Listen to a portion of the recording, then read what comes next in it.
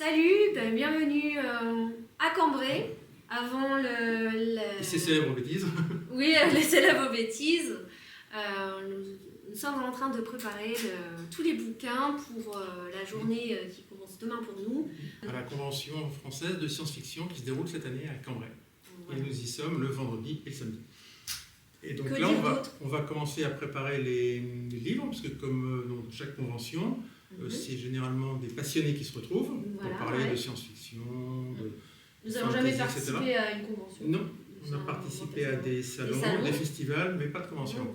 Voilà, ok. Et donc là, ce sont des passionnés et qui vont en même temps pouvoir en profiter pour voir un peu les différents romans que nous avons publiés. Et puis, ça permet d'échanger avec eux. Et samedi, il y aura d'ailleurs une table ronde qui nous sera consacrée.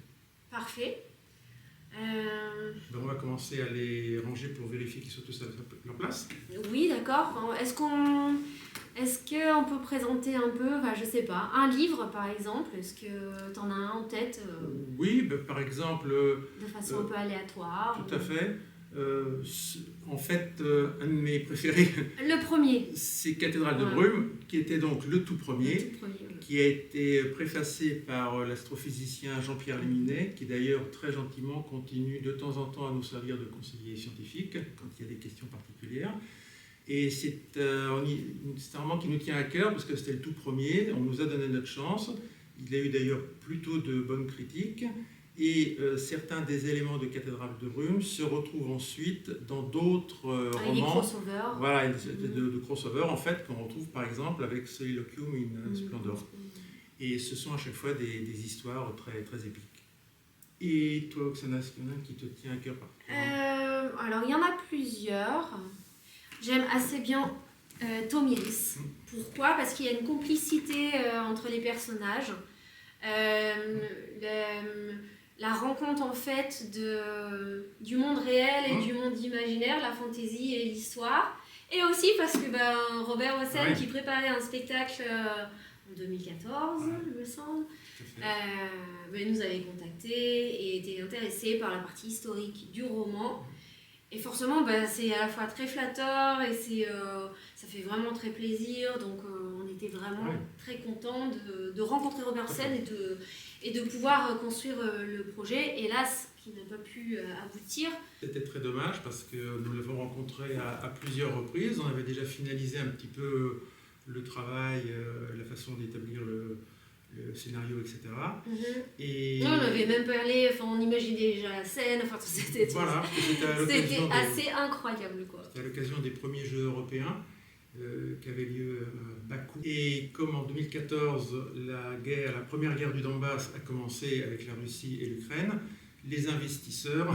Tout est tombé un peu à l'eau, voilà. Bakou et l'Azerbaïdjan étant dans une zone politiquement un peu compliquée. Et son spectacle n'a pas eu lieu. Mais bon, Mais ça restait une belle expérience. C'était une très belle expérience et puis c'était l'occasion, on était tellement fiers de pouvoir parler du projet, de Tomiris. Tout à fait. Ça a donné une autre ampleur tout à fait. À ce... Une dimension supplémentaire. Et lors des entretiens qu'on a eus avec Robert Hossein, en même temps, il nous a raconté des anecdotes de sa vie, etc. Donc c'est la vie d'une personnalité qui, hélas, nous a quittés et qui était vraiment quelqu'un de très important dans le monde du cinéma, du spectacle et du théâtre. Et voilà, mais après, ça fait pas mal de romans, pas mal d'histoires. Il y a toujours des thèmes il y a des thèmes récurrents. Oui. Personnage, la femme, en fait, qui est souvent abordée. Il y a souvent des personnages féminins très importants. Voilà. Soit le personnage le plus important, c'est le personnage féminin, soit le personnage le plus important, c'est a priori un homme. Et au fil du temps, c'est d'ailleurs le cas dans la sentinelle est très électronique qui devient une femme qui est importante, qui l'aide et qui permet de passer un certain nombre d'étapes. Donc ça c'est un point important. Et puis aussi tout ce qui est, ça c'est assez logique dans le domaine de la science-fiction, tout ce qui est jouer avec l'espace, jouer avec le temps, c'est vraiment un terrain de jeu. Dans un très court espace, ce qui peut se passer beaucoup de choses. C'est le cas par exemple avec Soliloquium in Splendor, qui se passe en fait au sein du vide quantique et dans une durée extrêmement courte, alors que Cathédrale de Brume, par exemple, c'est un naufrage de l'espace qui est condamné à errer dans l'espace pendant 3 millions d'années. Donc entre une nanoseconde et 3 millions d'années, on aime bien jouer un petit peu avec ces... c'est très bien.